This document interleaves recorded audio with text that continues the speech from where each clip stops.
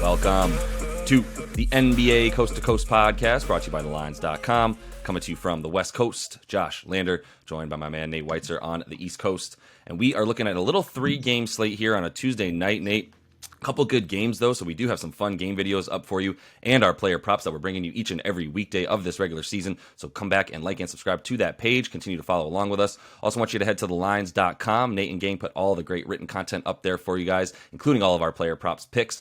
So go ahead and get in there and also check out our odds finder tool. You can use that to make sure you're getting the best juice back as you shop those NBA bets this season. Nate, let's get into that little 3-game slate and then get into our first game here, Lake Show in Cleveland. Yeah, that's the first game up here, and Lakers are up to +5 and +172 on the money line. I actually thought it would be trending the other way based on recent results, but here we are getting even more value on the Lakers. I'll talk about that one in a minute. Pistons are +9 at the Heat. We're on a back-to-back, and thank God we don't have to talk about the Pistons again. If this was just a 2-game slate, we would. And the Heat, the incredibly inconsistent Miami Heat. Who wants to talk about that? Don't want to talk about that. And then the Mavs are up to +5 at Denver. I do understand why that's moving in that direction since Dallas is on a back-to-back here and has been awful on the road. That's the other game we will break down, though. Looking for some betting angles. Look, I'm less confident about this Lakers spread than I was at Milwaukee. Because Cleveland is definitely frisky.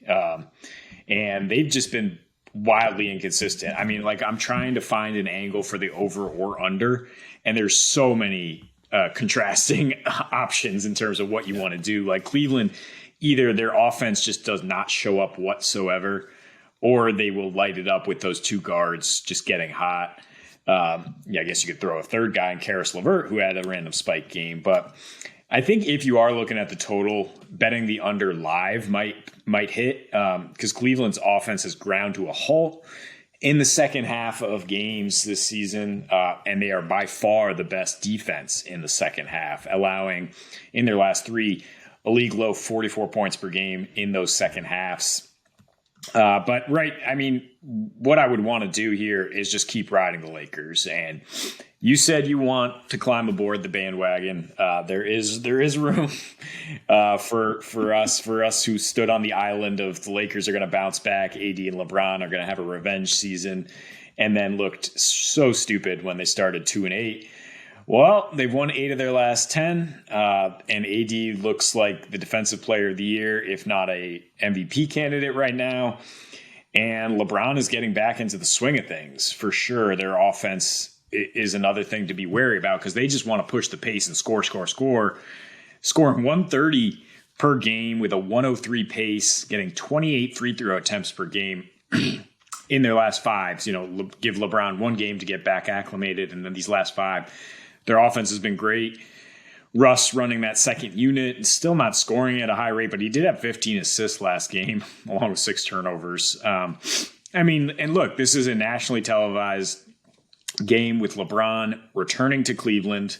Hint that's going to be in the player props at this point because we are talking a big-time show-out spot. In his last 3 trips to the land since he was on Cleveland, averaging nearly 39 points, 11 rebounds, and 8 assists.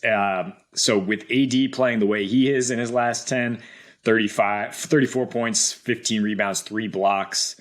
With LeBron playing the way he is in the last 5, I have a hard time betting against the Lakers. Whether you want to say the Cavs offense is more of a concern, and I don't know if they can match points down the stretch with AD, who's just a problem.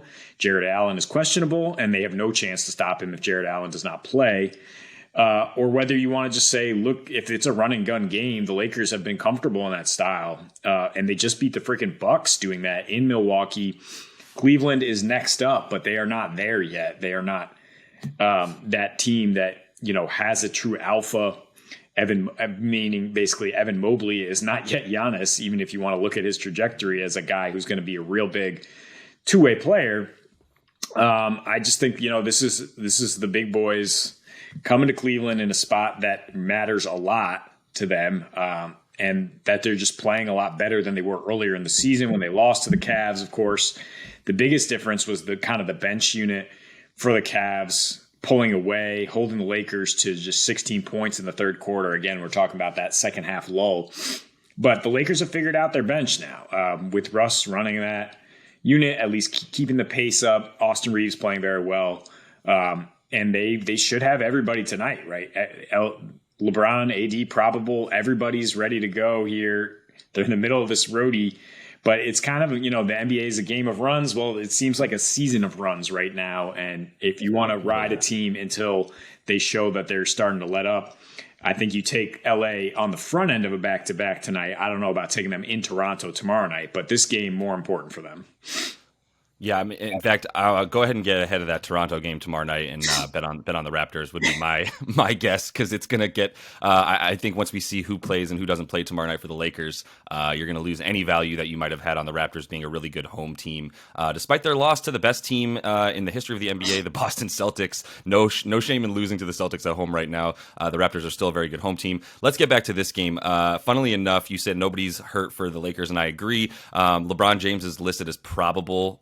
Slightly day-to-day. I laugh at that heartily, because we all know LeBron James is playing in Cleveland tonight, and so then you feel pretty good about his props and all that. But in this one, I think it's not only the fact that you want to get on these teams that are streaking the way that the Lakers are. It's real to me. Like, it's a real streak because of the way that they're winning. Obviously, beating the 3 teams that they've won in their 3-game win streak. The Blazers was a nice win, and they did that handily. Blazers team without Dame. The Bucks, they obviously won that game, huge game that we talked about, and you were all over. And then the Wizards, they won beating the Wizards the way that they beat the Wizards, 130 to 119. That defense is not really up to par right now. The best player, obviously the only defensive player that I feel pretty good about on the Lakers right now is Anthony Davis, just cleaning up all the mistakes that the rest of his team is making with their 117 defensive rating over that win streak. But the reason they're winning is because their net rating is plus 10, because their offensive rating is better than 127 points per 100 possessions. Obviously not sustainable for a whole season, but it is a really, really good snippet of offense from them, including obviously a streak from AD, as you said, definitely inserting himself into the MVP conversation by averaging 42 points a game over his last 3 with 13 rebounds and only 1 turnover, 3 blocks as well. So just an incredible one-man performance. But LeBron's back, averaging 30 over that time as well, with 8 assists and 7 boards, and that's what you want from him, is basically 8 boards, 8 assists, 8 boards, 29 points. MVP LeBron. It sounds harsh, but that is his homeostasis, dude. Like, he needs to be getting that for those numbers for this team to be winning the way that they are. And then the most important statistic that you might think isn't as important as Anthony Davis being 42 points a game, but Russell Westbrook, 10 assists and 2 turnovers a game, man, in 3 contests. You mentioned only roughly 11 points or about 10 points a game on just 11 field goal attempts, and only 3 3-point attempts. Like, everything I just said is the key. It's not shooting threes. It's keeping that field goal percentage for Russ in the 40s, which it's still close to that. Still, you'd like him to be a little bit more efficient with his shots, because he's not even getting to the free throw line. The point is he's assisting and not turning the ball over. And if he's giving the ball up rather than throwing it at the rim while he drives into 3 guys, then this team is very capable of winning. Just do a little bit less Russell Westbrook. And that's why their offense is clicking the way that it is as well. And their whole team is not turning the ball over the last 3 to the extent of the best in the league. 8.8% turnover percentage, not giving the ball away, not giving up points in transition. Their half-court offense is not wonderful. I will say that, but they are at least getting back on defense and playing good transition basketball, which is crucial in most of these games for them, as I think it will be a little bit more tonight in a Cleveland against Cleveland, who they're very, very good on defense wherever they're playing. We know that they limit the opponent in every way possible, points, rebounds, all of that. But what they need here and what the style of play that they have at home, it's tailor made for the Lakers, right? They're scoring 8 more points per game at home is Cleveland. Their defense is just as good, as I said. It's actually a little bit better at home, but they've also got a pretty decently easy strength of schedule so far. If you look at who they've played, especially from the West, I don't feel as though they've been challenged enough to really feel like they're a juggernaut. I will say Cleveland is my team outside of Boston and Milwaukee to keep an eye on that could probably make a play for the East if they pull things together. But right now it still is a little bit. I mean, Donnie Mitchell's assists have come down a bit in their last 5 games after he was diming up at a career rate before that. So I think all of that is to say, There's going to be points in this game. I prefer an over on the total just because of the way that the Lake Show have been playing at 103 pace as well over the course of these last 3 games, winning them all. So if they're going to win, the Lakers are going to try and assert their will and play fast and just use AD as their sort of defensive stopper against Evan Mobley and not have to worry about Jared Allen. So 5 points seems like too much for the Lakers. I think people might not still believe in them, which is fine. If teams are going to continue, like the Lakers and the Kings are going to continue to find this type of value against teams that they're as good as, then yeah, I'll continue to take the points that they're giving me, in this case 5 right now. Yeah, I mean, where is the Lakers defense vulnerable? It is in transition because they're just fine playing that way. It's also vulnerable against teams that really spread the ball around and have a high assist to field goal ratio. But Cleveland, 5th fewest fast break points at home, 12th worst assist to field goal at home. And then where's the Lakers defense good? Keeping you off the free throw line and guarding the 3-point line.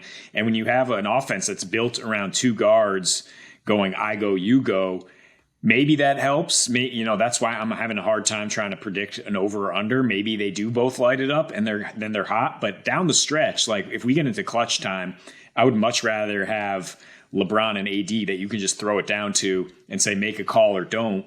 To the officials than Donnie Mitchell trying to get around and through someone, which has been the problem for Cleveland recently. That's why they couldn't hang with Toronto.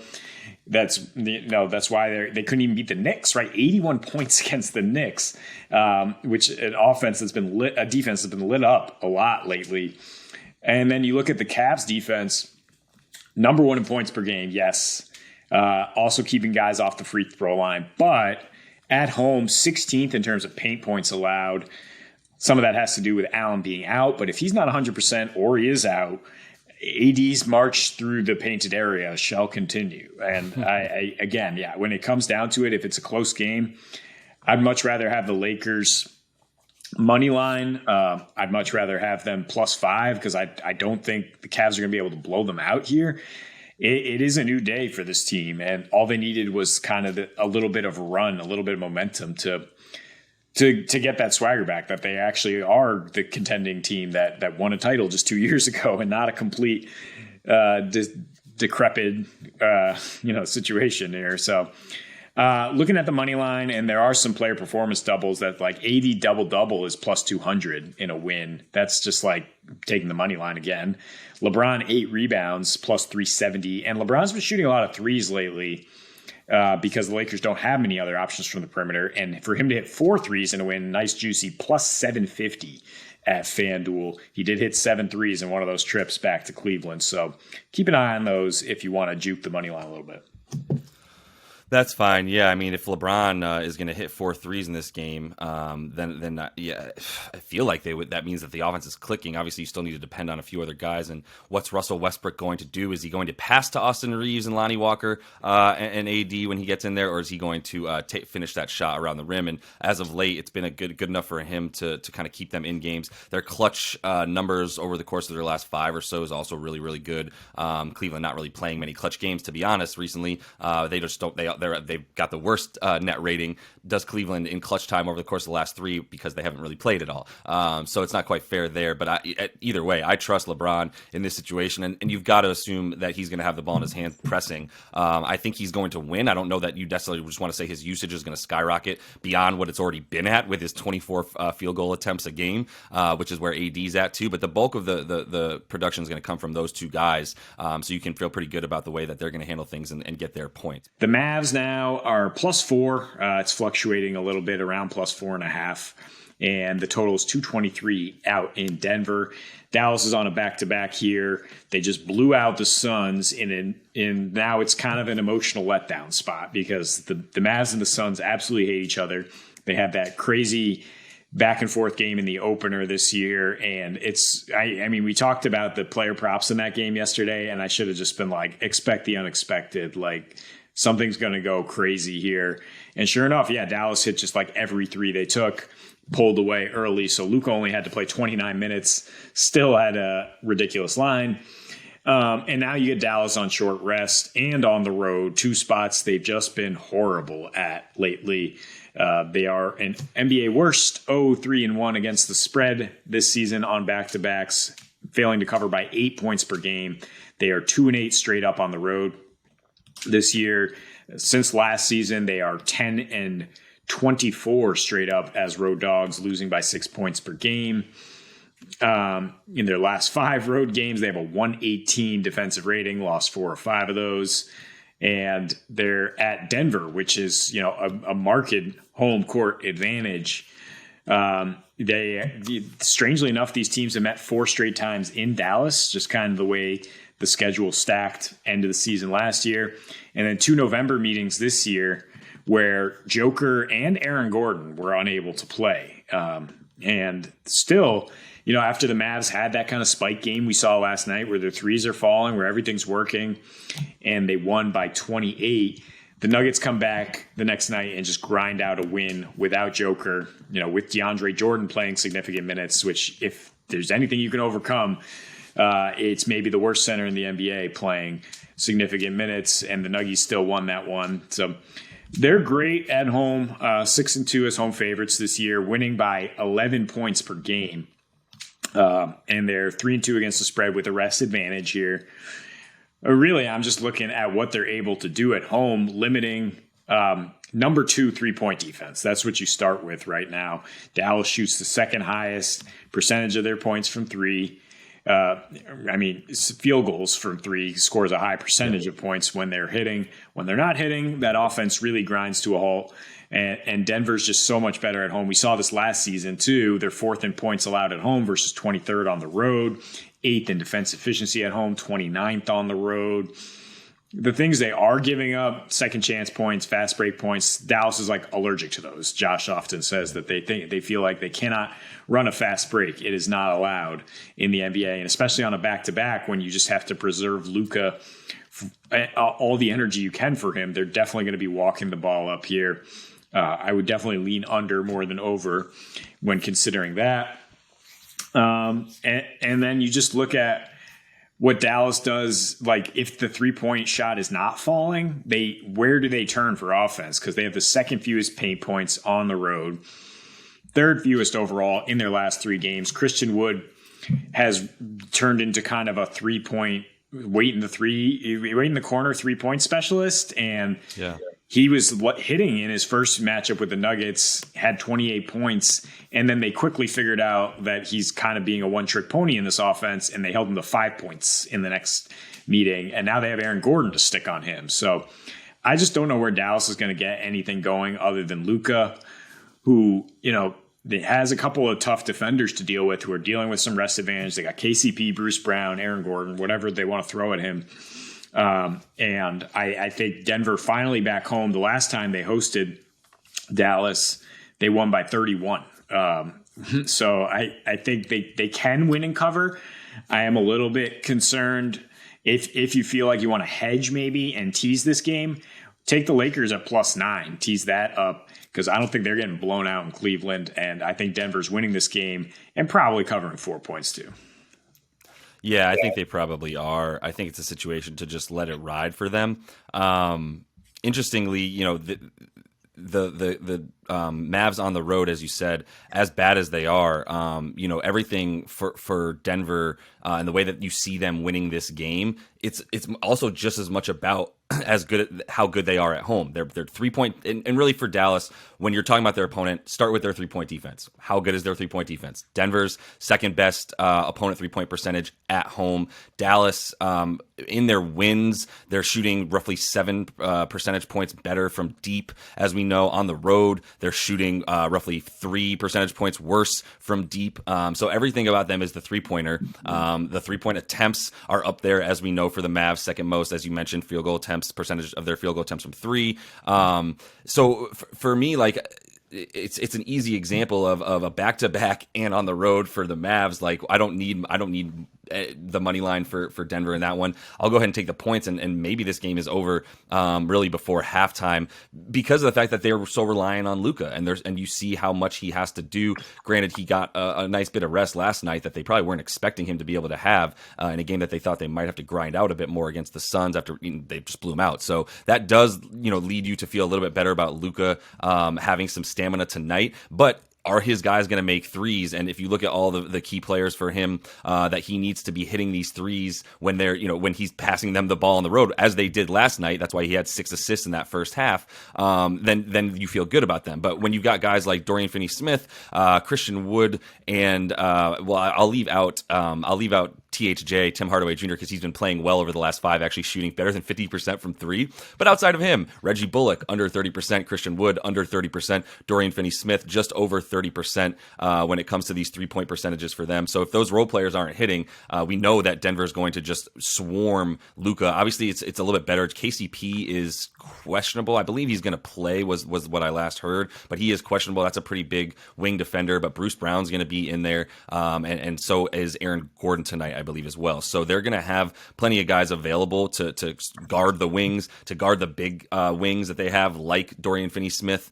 Michael Porter Jr. out, but we are expecting him to be out. That's what he does. He's out right now. But regardless, that's why you have KCP on this squad as well, to be able to have another solid defender and versatile defender. So defending the 3, shooting the 3 for Denver, their offense has been incredible, and that defense for Dallas just goes down a bit.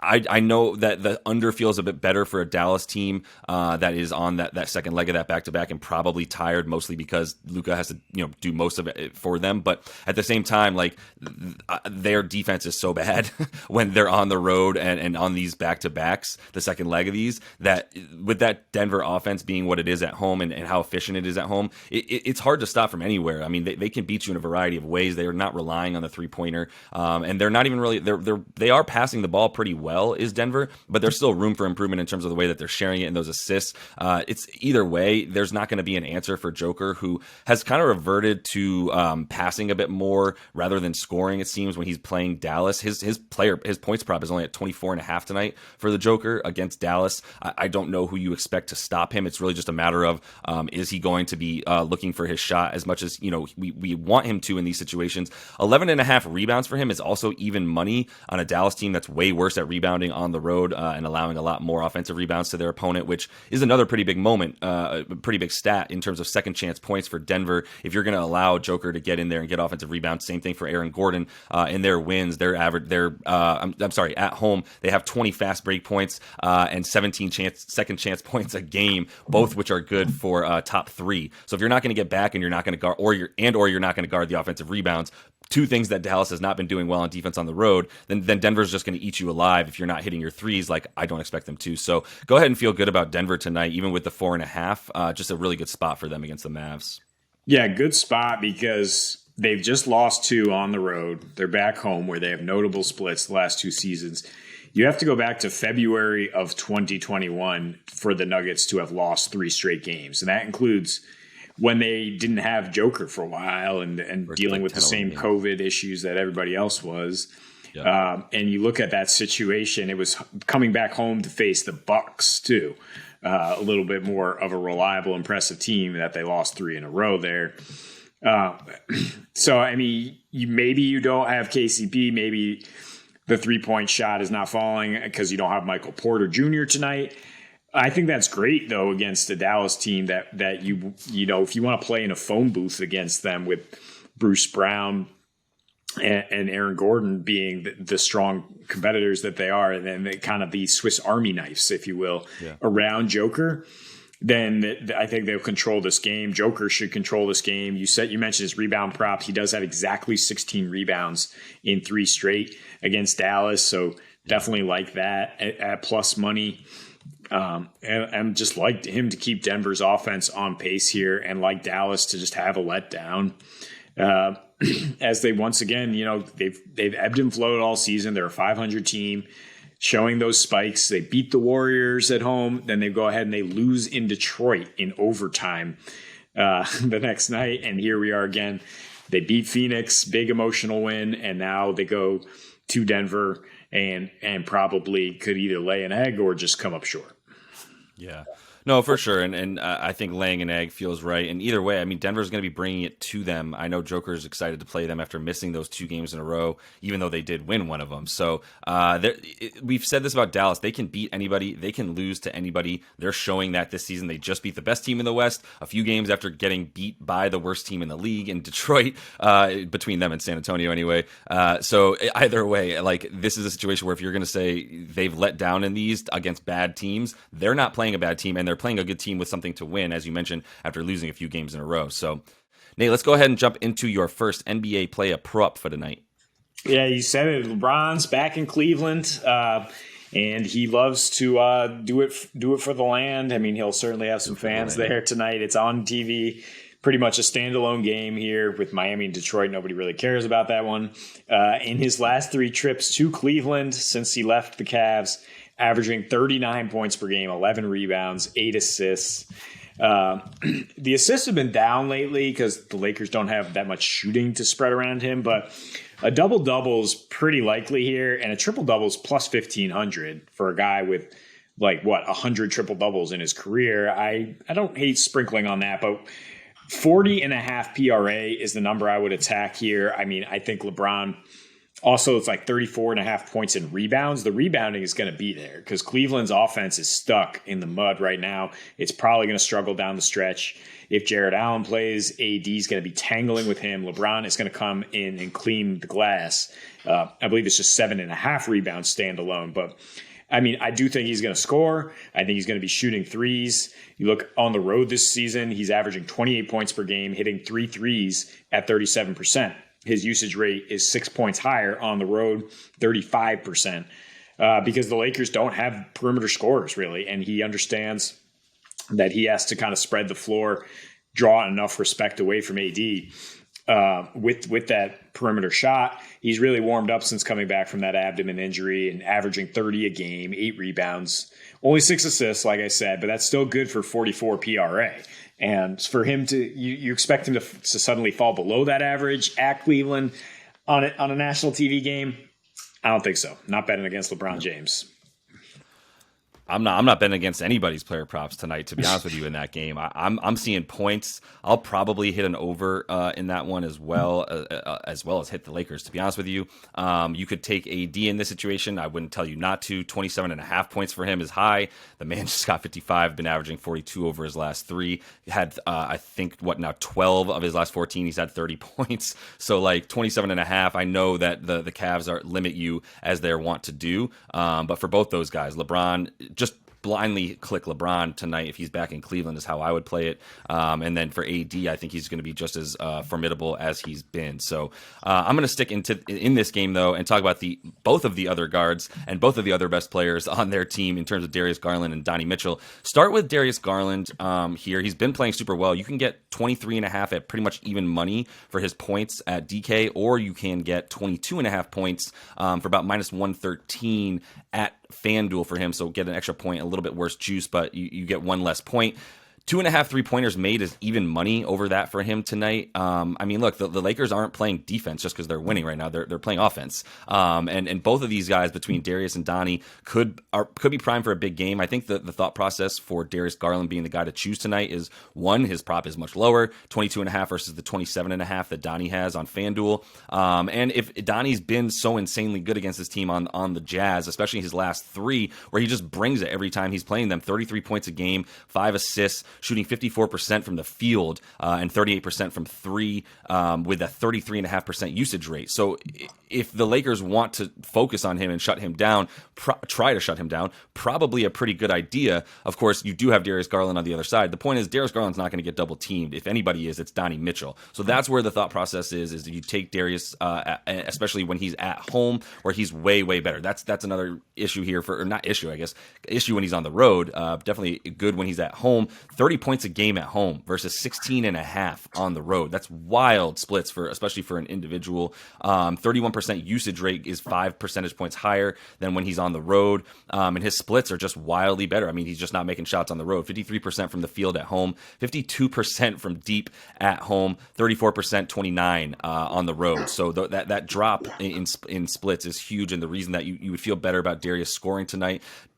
maybe take both of them, or at least one of them. If there's a little bit of negative correlation of both of them getting over their points props, so you probably get some pretty good juice. But either way, either of those guys I'd feel pretty good about because they both should get over the prop where it sits for them anyway. Was it a negative correlation when Donnie and Karis LeVert both had 41 in Boston? Because that's what Cleveland needs to do to be able to keep pace with a team that is legit. If the Lakers are legit, they're at least going to get a legit effort from this team because, again, it's LeBron coming back. It's a high-profile TV game. Those home road splits are crazy. So I think with Garland, I don't think I need to take the points. I think I would take 2.5 threes at even money. Different odds at different places there. You might have to go minus 115 or so. But he's shooting 52% from three at home. He hit 10 threes in that 51-point game against Minnie, 4 threes against Miami, 4 against Portland, then cold on the road. And his last 2 at home there, 5 for 10 against Philly and Orlando. So I think, if it's a Lakers team that tries to pack the paint and deny Donnie Mitchell, there's going to be a lot of good looks for him from perimeter, DG that is. Switching over to the other game we break down here, the Nuggets and Mavs. I know we both like the Joker to keep boarding up. I think we like a lot of rebounds to be available in this game for Denver, because Dallas struggles to score on the road.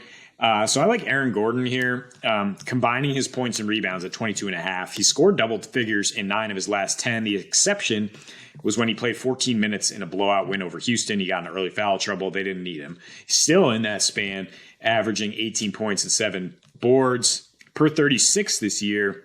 Josh averaging 29 combined points and rebounds.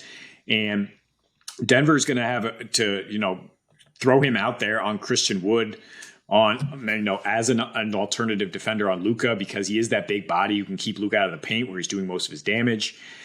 Denver turned it around after losing by 28 to Dallas when Christian Wood went off, and they just shut him down. And Aaron Gordon missed both those games. And so now he's kind of a pivotal factor that is something that makes us like Denver a lot at -4 here with the rest advantage.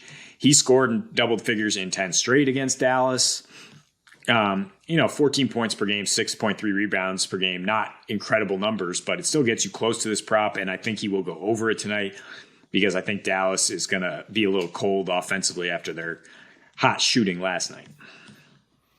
And that's what you're looking for. And then, you need Ago to get in there and get his rebounds. But like we're saying, there's going to be rebounds to be had. And if you're telling me Joker to get 12 right now against this team is positive, is basically an even line there, then I'll go ahead and take. It's actually a little bit plus money. It's like plus 105 for him to get the 11.5 rebounds on DraftKings right now for the Joker. But either of these guys to get their points and rebounds feels like a pretty good bet in a game that's gonna have some bricks. So I'm gonna have some fun with our very last pick of today, Nate, and kind of take this pick at you. Ever since you started verbalizing your actual disdain, that's not fair, but ever since you started verbalizing your opinion on Killian Hayes as the worst draft pick in the first top 10 draft pick ever, for where he was taken, he's done pretty well. And he's not ever. I'm sorry, since Anthony Bennett. Since Anthony Bennett.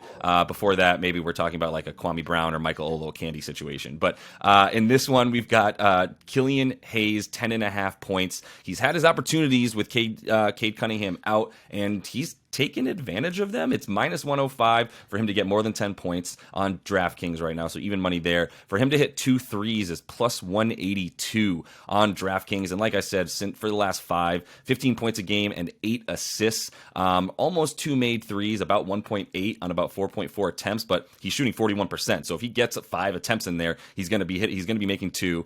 He had 35 points combined versus Dallas and Memphis recently, 15 of 26 shooting though, 58% from the floor for the young man. So I mean, he's showing some promise here. He's had some pretty good matchups. He played against Giannis and the Bucks team there recently, and went for 17 points a game over his last roughly like 5 or so. So I mean, in that last game against them with with the way that he's sort of coming to life and actually like playing with confidence. I think there's reason to like his ability to get 11 points. Maybe you consider some assists in there too on a night where we don't have that much to choose from, as we've been saying in this Detroit-Miami game. Miami on the second leg of a back-to-back and not exactly impressive right now after another loss to a Memphis team that really was playing their subs for the whole game. So Killian Hayes, probably an NBA sub and belongs coming off the bench, but in this game has plenty of opportunity to get his 11 points and make Nate continue to rue the day that he ever talked trash on Killian Hayes. Look, it's fine. I mean, Ben Simmons, we were all over his over at 10.5 points, and I'm not going to suddenly say like he's a great player again. It's opportunity for Killian Hayes. Yeah, Cade Cunningham's out. Jaden Ivey isn't going to hog usage that much. The Heat are on a back-to-back here. And the young man gained a little confidence. You mentioned that game against Dallas. He hit 2 clutch threes there to force overtime, and the Pistons go on and win it. He was a +9. I'm not going to dig too deep, but that was the last time he's been a plus in the plus-minus department for in recent memory. And again, we're just talking about how bad of a decision it was for the Pistons and several other teams to not draft Tyrese Halliburton with that pick and go with this guy who was just a complete unknown, maybe hoping he'd be the next Luka because he was playing pretty well in Europe in some bad league. But any case, yeah, I mean, plus 180 for a couple threes against Miami, which their give a shit factor fluctuates wildly. I like the juice there, and I do think he gets double-digit points here. Yeah, I think that's fair. And like you said, it's about opportunity. And Killian Hayes will not be someone that you probably hear too often in player props, especially once Cade Cunningham comes back and we start talking about him a little bit more. So that is all the time we have for you in this one. Make sure to like and subscribe to that page. Continue to follow along. Coming back to you each and every weekday of this regular season with our game videos and our player props. So until we see you next, happy betting.